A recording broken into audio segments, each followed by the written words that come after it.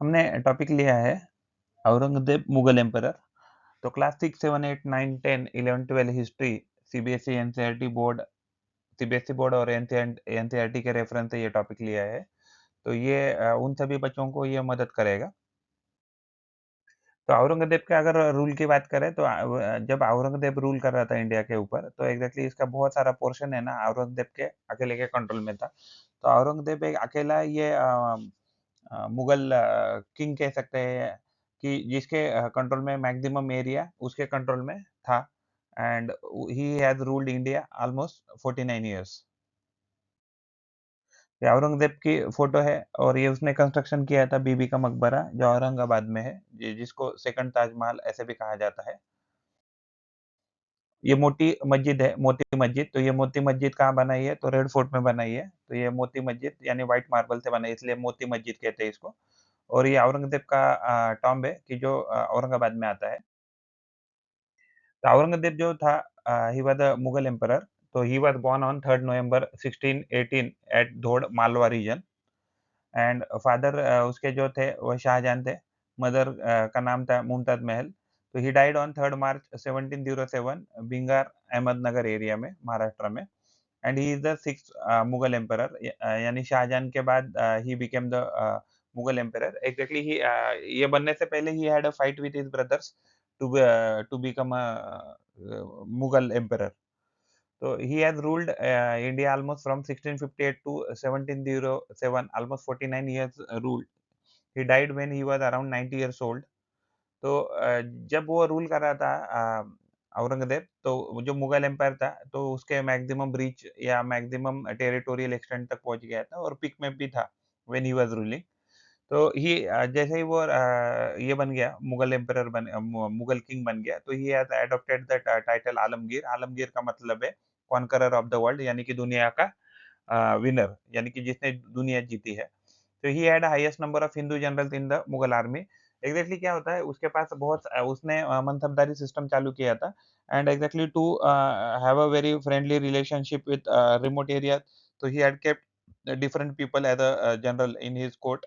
तो इसके लिए उसकी वजह से he was having a highest number of Hindu generals in the Mughal army, and he introduced the Mantabdari system in Mughal period। तो औरंगजेब जो था तो उसके अगर मिलिट्री कैंपेन की बात करें तो he in his life time he crush the kingdom of Bijapur and Golconda और उसको अनेक्स करके मुगल एम्पायर में उसको अटैच कर लिया। एंड हिज डेक्कन जो कैंपेन थे खास करके मराठा के अगेंस्ट। तो एग्जैक्टली वो बहुत he has done it for around 30 to 40 years.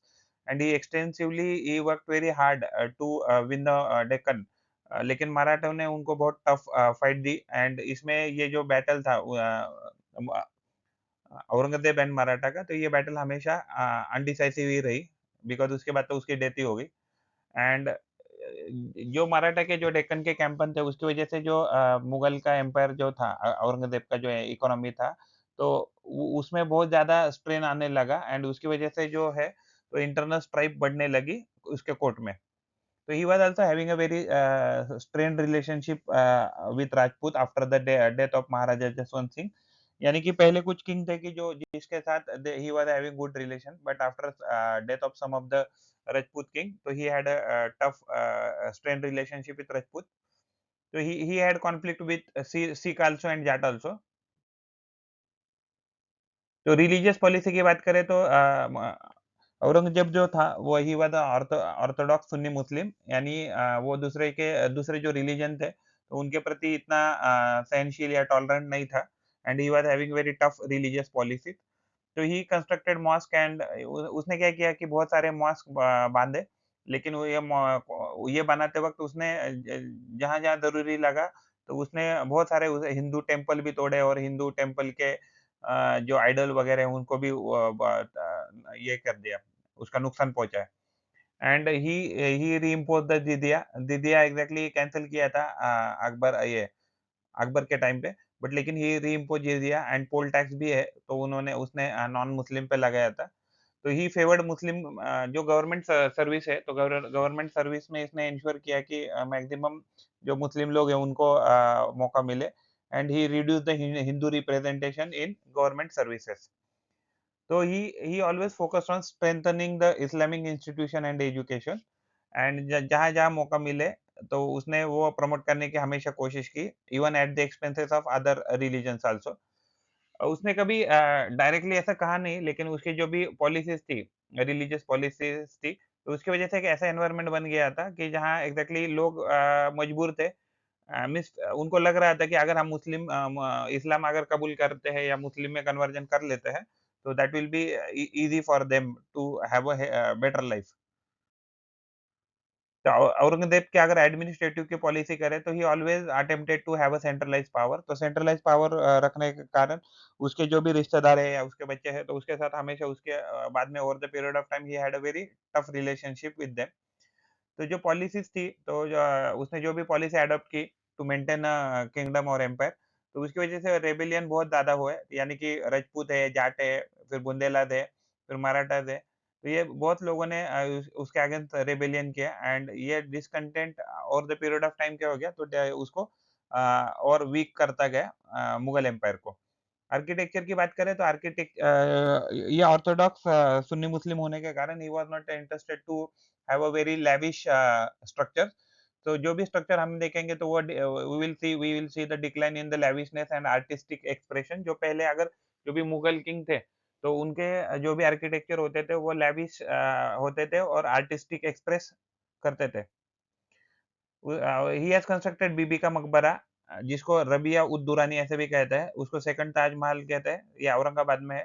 And he built Moti Masjid, यानी कि रेड फोर्ट में कोई मस्जिद नहीं थी, उसको उसका डेली वर्शिप करने के लिए, तो इसीलिए उसने खुद के लिए मोती मस्जिद कंस्ट्रक्ट की थी रेड फोर्ट में, दिल्ली में। एंड उसने बादशाही मॉस्क कंस्ट्रक्ट किया था लाहौर में। और दूसरे जो मॉस्क है, मथुरा, मेरठा, वाराणसी, तो ये अलग-अलग जगह पे उसने क्या किया था कि कंस्ट्रक्ट किए थे मॉस्क। तो सोर्सेस औरंगज़ेब के बारे में हमें कहाँ से पता लगता है? तो पर्शियन जो क्रॉनिकल, यानी कि वो क्या करता था, खुद की हिस्ट्री लिखता था डे इन डे आउट की। तो उसकी जो हिस्ट्री है, वो आलमगीरनामा या मासीर आलमगीरी, जो डेली क्रॉनिकल जो होते थे, तो उससे हमें ये इन्फॉर्मेशन औरंगज़ेब के बारे में पता लगती है। उसके बाद जो भी उसने रॉयल ऑर्डर इश्यू किए थे औरंगज़ेब ने टू डिफरेंट पीपल, तो उस रॉयल ऑर्डर से भी औरंगज़ेब और उसके गवर्नमेंट सिस्टम के बारे में हमें पता लगता है। तो बहुत सारे यूरोपियन जो ट्रैवलर थे, जिन्होंने ट्रैवलॉग लिखा और जो उसके कोर्ट में आ गए थे औरंगज़ेब के, तो उन्होंने जैसे for example Niccolao Manucci and Francois Bernier है, तो उन्होंने जो ट्रैवलॉग लिखा है, तो ट्रैवलॉग से भी हमें औरंगज़ेब के बारे में पता लग